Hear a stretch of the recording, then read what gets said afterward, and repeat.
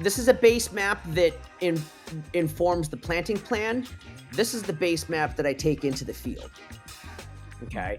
So what goes on a base map? A base map really wants to be very minimalist. This is kind of complicated. There's actually quite a lot of dots on here, and those indicate trees. But let me just tell you what goes into a base map. Property lines go on a base map. Permanent hardscaping like roads and rock walls go on the base map. If there's prominent like dirt roads, like we got a couple of dirt tracks here that I also included. Permanent bodies of water go on the base map. So we've got a pool here and a pond here, and there's an outlet. Structures obviously go on the base map, buildings.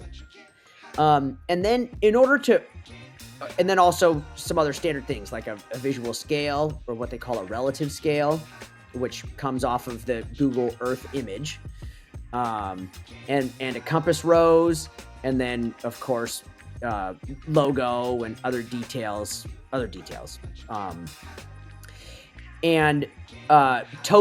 Topographical lines are nice if you can get it. That's a nice to have. It's not a need to have. In this case, I did have topographical information available to me in these look like probably 10-foot intervals. So I did put that on. But again, if that's nice to have, not need to have. And so what all of these dots here represent is the center of existing trees. So for this particular client, it's a big open space. There's a lot of field and a lot of existing trees. And so the trees and other like permanent objects, those are there to help me orient myself in the landscape. So when I'm walking around by this pool, let's say, with my clipboard, I can tell by these dots that there's a couple of trees here and there.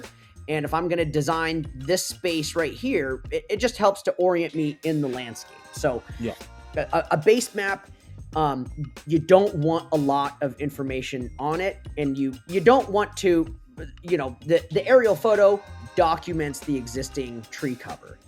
So you don't want existing tree cover on the base map.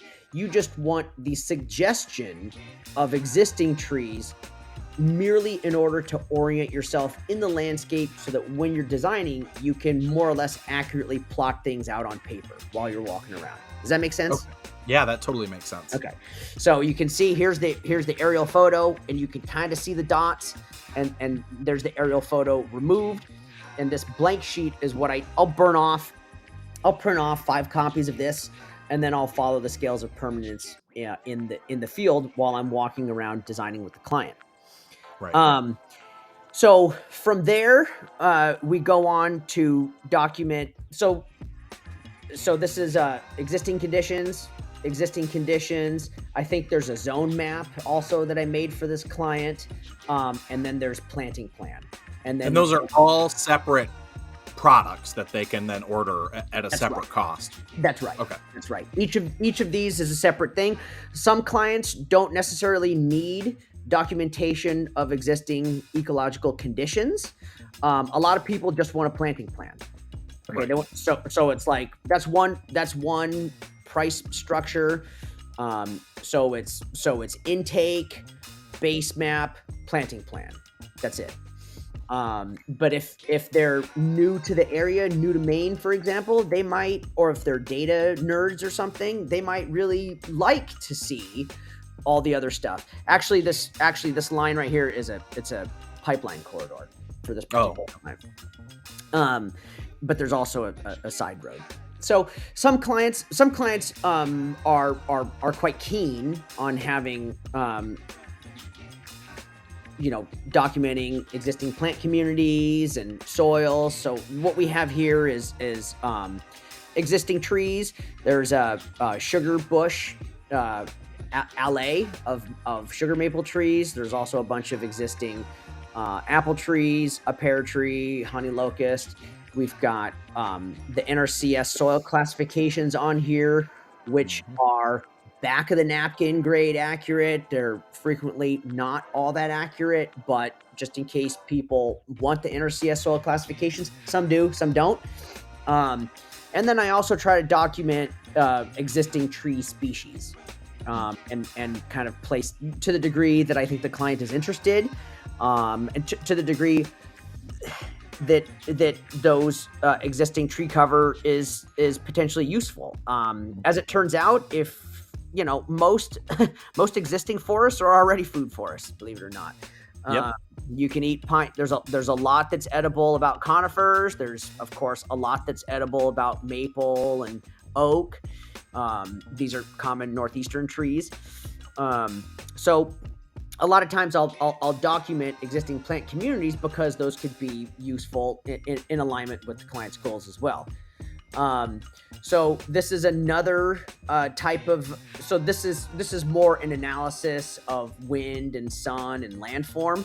So when I say that the topographical lines are nice to have, but not necessary, this technique is from Dave Jackie's book, Edible Forest Gardens. This is volume 2, the design chapter, where he and Eric visually show how they document landform, and it's an arrow that points downhill.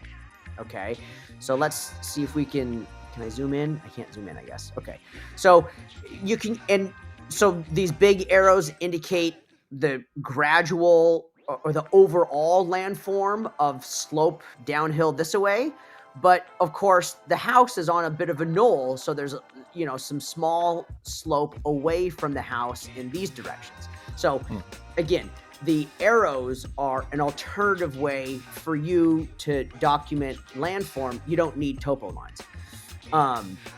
And then from here, full sun. So the definition of full sun is 6 hours of sun during the summertime or more. So there's full sun and then there's too much sun, I guess. And so you want to document what is full sun, what's partial shade, where is it moist, where is it kind of dry, how does the wind behave across the site. We've got summer and winter sun angles. And then we've got all these other data sets too. This is for the data nerds. We've got, I think we've got frost days, and we've got ripening days, and the direction of wind and overall patterns of rainfall and stuff. And this happens to be visually represented somewhere on a website. I forget where. I've got it bookmarked. The challenge with this, in this case, I've for the ecological analysis, I've actually exported 2 different maps, because if I tried to put both of these together, it would be unreadable. It would be a dog dinner. So I used to draw by hand. I was very enamored of, I was very romantic about the idea of drawing things by hand. And I was eventually dragged kicking and screaming into the computer age. And it really is helpful to really clearly communicate ideas. So again, I used to be very romantic about hand drawing, and eventually I yielded to market demand. Customers expect a digital product. It's easier to make revisions, and it's easier to export multiple maps to communicate ideas clearly to the client. At the end of the day, who cares about my romantic attachments to drawing by hand with colored pencil and ink? What matters more is getting clients familiar with their landscape, growing a portion of their diet for themselves, and planting more trees. To me, that is what's more important. And so I could yield the hand drawing in favor of a computer drawing. That said, I use Illustrator, and so the thing about Illustrator is I can make my own library of symbols, and it can wind up looking kind of artistic and somewhat aesthetic, even though it's digital. At the time, in like the early teens, the digital drawing programs and apps that they have now, the landscape drawing programs, look awesome nowadays. Back then, they did not look awesome, and so I didn't care to use them. Yeah, they looked very sterile to my eye. and so I developed this. You know, I had friends teach me how to use Illustrator, anyways, so that's what I use now for this. And so now the challenge is, okay, again, how do we communicate these ideas in a clear manner for the client? So I use a combination of labels on the map, like words right on the map, but then I also use a key. So some of the symbols are going to be labeled. So the trees, for example, I'm not going to label the trees because the trees are in the key over here. So this, based on the landscape, I wound up developing sort of an alley cropping kind of idea based on the existing trees that were already there. There was some lines that kind of emerged. And because this is like a multi-generational kind of family homestead kind of thing, and I wanted to make it easy for them to do maintenance. And so alleys, straight lines or even curvilinear lines, as long as they're parallel, is very helpful. So this is the implementation plan. The yellow highlights represent the mowed alleys. So the mowed alleys show like preference for like a nice view, but then also kind of a vague plan on how you might use that mowing machine to do some of the understory maintenance, in addition to the gardens and tree and shrub cropping systems and whatever. So, Right. I guess what I tell people is that permaculture is a landscape design philosophy that allows us to intelligently arrange agroforestry production models in the landscape. So, so alley cropping, I lean on alley cropping quite a lot. So rows of trees and shrubs, wide spaces in between. So alley cropping is a big thing. Windbreaks are a big thing. Forest gardening, of course, is also. But that's so. Yeah, and then so it's an a la carte kind of thing. Each map takes me a certain number of hours. The base map is about 4 hours. The planting plan is about 8 hours or so. The ecological analyses, those are about 5-6 hours or so. And again, like the other reason I can say this is because of time and motion studies over a decade of just like fumbling my way through stuff. Yeah.